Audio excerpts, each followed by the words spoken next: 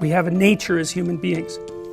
We're not infinitely malleable by culture, which is a postmodernist claim, and a dangerous one. It's dangerous if we have a nature. Paglia has this idea that the reason that you come to university and you study the humanities, or the proper reason if you do that, is not to engage in premature and destructive criticism of something that you don't even yet understand, but to learn as much as you can about art and literature and poetry and drama and fiction and religious thinking. And this is all a kind of a, you think about it as a, what is that? What is all that? It's art, you know, it's culture. Music belongs in that category. And like, what the hell? What about music? It's like everyone loves it, or almost everyone. It's a mystery. You listen to music and it's very meaningful. I mean, music gets people through some pretty dark times. Why?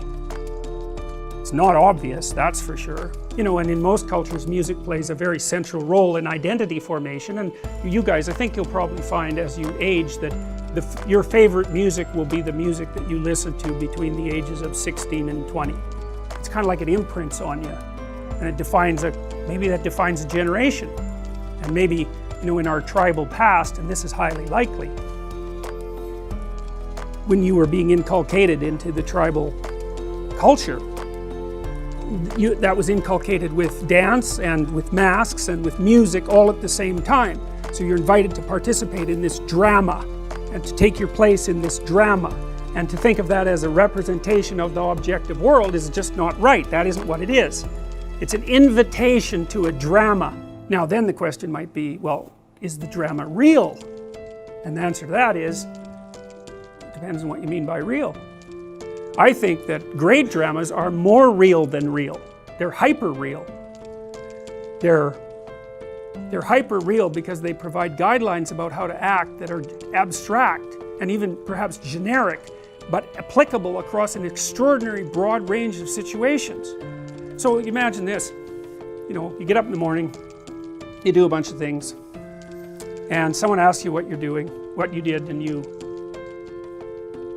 tell them, well, the first thing I did this morning was open my eyes, and the second thing was think about whether I wanted to go back to sleep, and then, you know, I took off my blankets, and then I put my feet on the floor, and then I stood up, and I was blinking while I was doing all this, and I was also breathing, and then, you know, I looked for my clothes. And you really want to listen to that guy? You don't want to listen to that guy. It's like, why are you telling me that?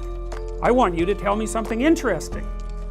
Well, what is it that's interesting? And why isn't that interesting? It's not obvious. So then imagine the guy actually tells you a pretty good story, a little adventure. Probably he was doing something normal, something unexpected happened. He had to conjure up some new responses, and he either settled the problem or didn't settle the problem. Yeah, you're interested in that. Especially if he settled the problem, because if he can tell you how, when he encountered some unexplored territory, he was able to sew it back together, then maybe you can do that when that thing happens, and that's pretty cheap wisdom for you. He had to go through all the aggravation of figuring it out, and all you have to do is listen. You know, and that's kind of a classic story. A classic story, roughly speaking, is there's a guy, woman, doesn't matter, going about their life relatively normally. Something blindsides them, and they're in a state of chaos. Chaos is a place.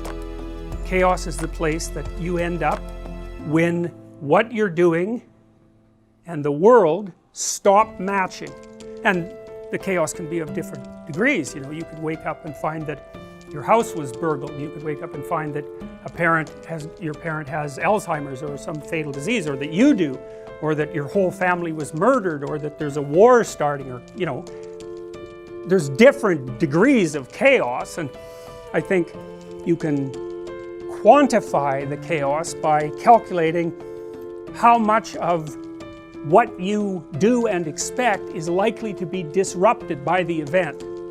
Now, because the more disruption, the more destabilized you're going to be, which is why if someone tells you that you're going to perish painfully in 3 months, it's like, that's a bad one.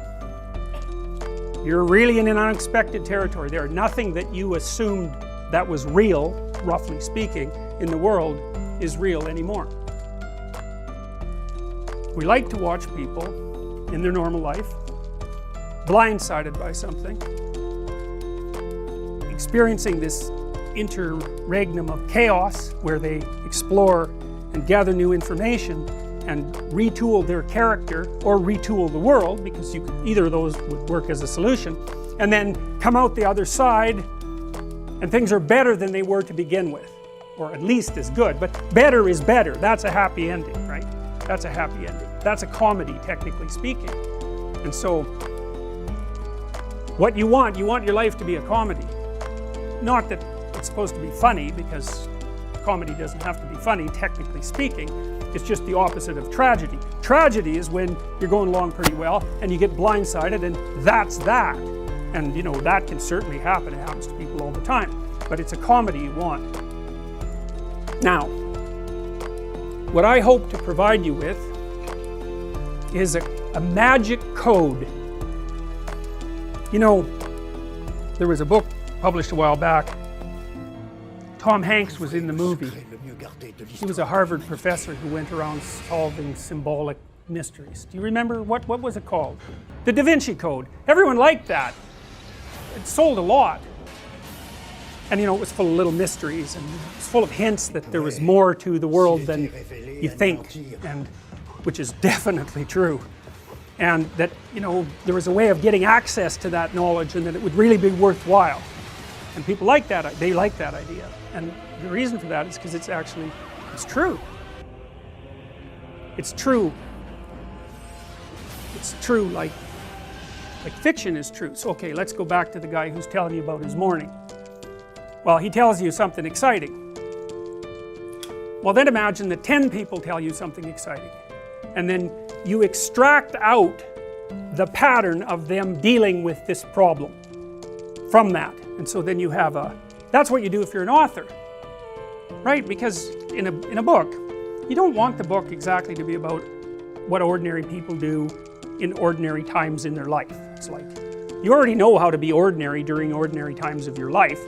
That's not useful. You know, you wouldn't watch a videotape of yourself. Imagine you videotape yourself during a day, and then next day you watched that. It's like, God, who would want to do that?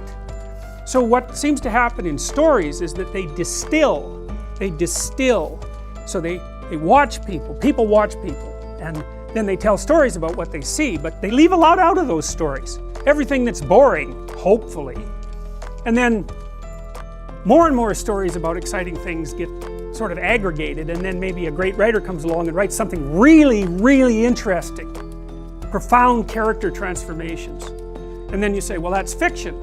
And then you say, well, that's not true, because it's fiction. But then maybe that's not right. Maybe it's more than true. Because who wants the truth? The truth is mundane reality, and you've already got that mastered. What you want is the distillation of interesting experience,